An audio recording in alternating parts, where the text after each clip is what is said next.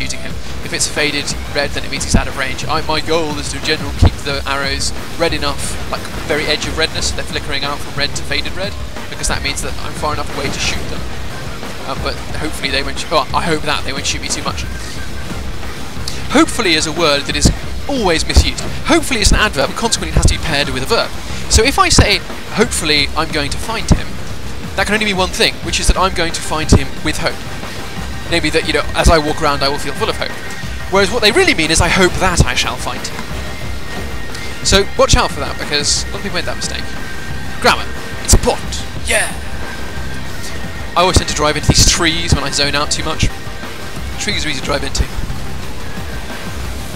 If I was done this section, I would have had fewer drivers, but made it more tactical in how you have to take them out. Like, for example, you have to, you know, maybe only one driver at a time, but you have to nudge him into trees, made the track much narrower, made it a little bit faster, feel more like a racing sim, rather than this, which is effectively very static. It doesn't really feel like a race. You simply hold down forwards. There's no real acceleration going on, even if you lose all your speed. You don't really, you know, suffer very much for it, because all you have to do is vaguely keep track of that train. That train adjusts its speed so that if you fall back a bit, you'll be able to see the back cars, but when you're holding down forwards, you'll only ever stay at this distance. There's the shotgun already one-handed. Apparently Lara can do the same. There's quite interesting news actually from the office of Crystal Dynamics. There's a German press release saying, you know, what their general intentions are with the next Tomb Raider game, which I actually, you know, wholeheartedly approved of. You know, they said they're going to take it to an open world survival horror direction, which I think could be entirely good for the series.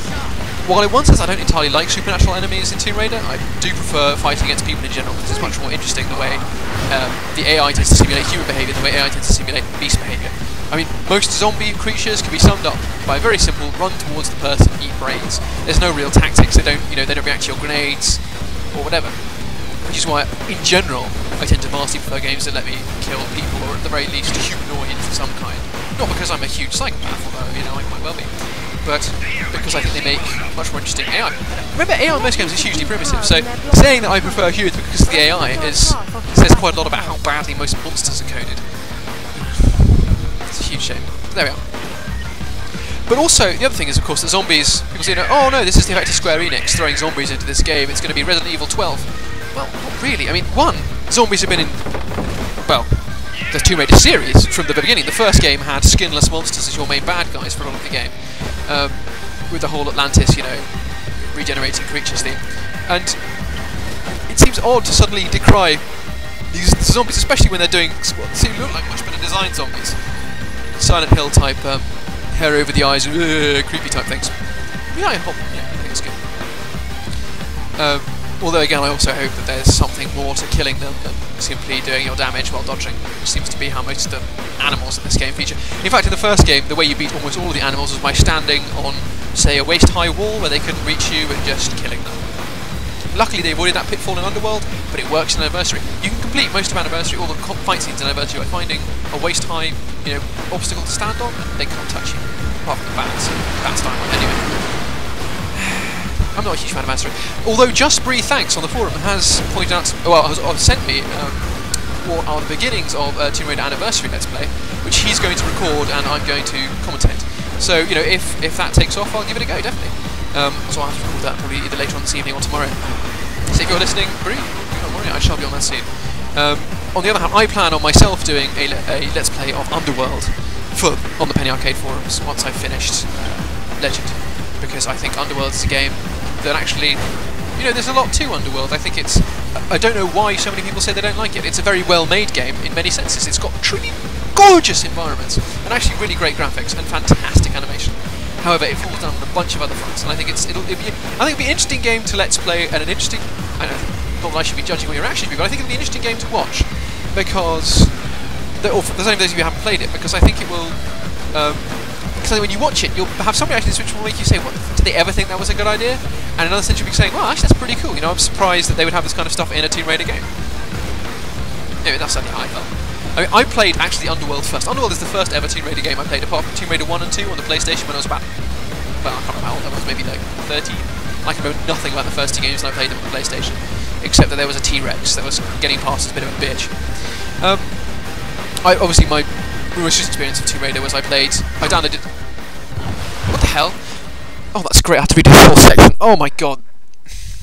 I hate this area. I fucking hate it with a passion. It takes far too long, and now you're going to get a double dose of it. But I've got enough to talk about, so deal with it. What was I? On what track was I running? Oh yes.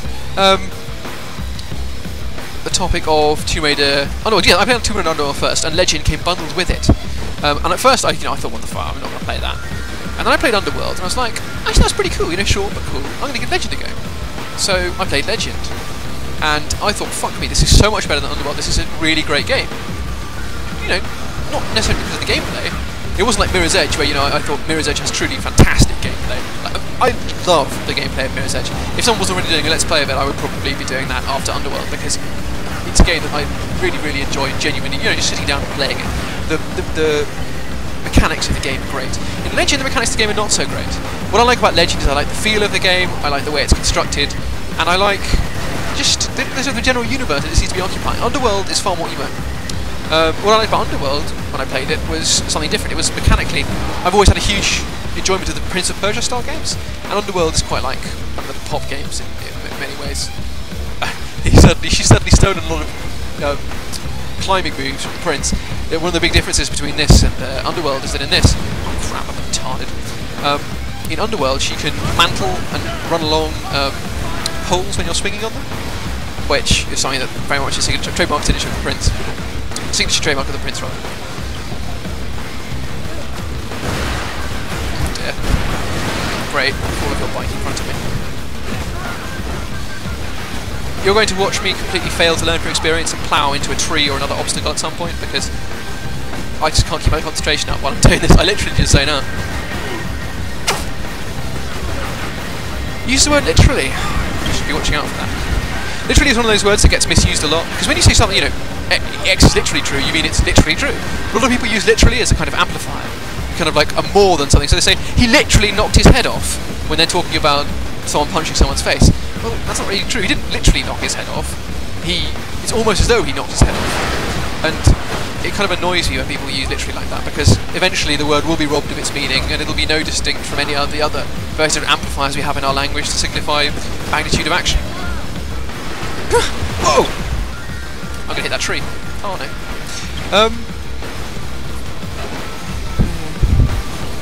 Another word. Actually, fuck the grammar. It's not interesting. Sorry. This is a sort of major bugbear of mine. It's how people use language, because I was brought up in a very strict household about how one was meant to speak. And although I frequently mangle the language because I'm talking extremely fast, I do think it's worth, maintaining some semblance of correctness when one speaks, because if one is speaking with correct grammar and using the correct words in the correct places, it's much more clear. And a lot of the time, especially one of the things that I was in California for a couple of weeks in America, and hearing girls use like every other word was doing my head in. It was beyond me why they thought it was a good idea. They weren't humming or hawing. It's not like they didn't know what they were going to say.